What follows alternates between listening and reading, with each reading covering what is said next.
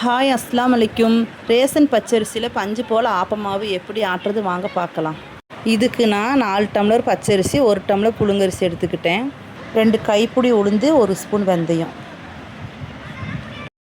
இது நல்லா கழுவி எடுத்துகிட்டு 5 மணி நேரம் ஊற வச்சுருங்க.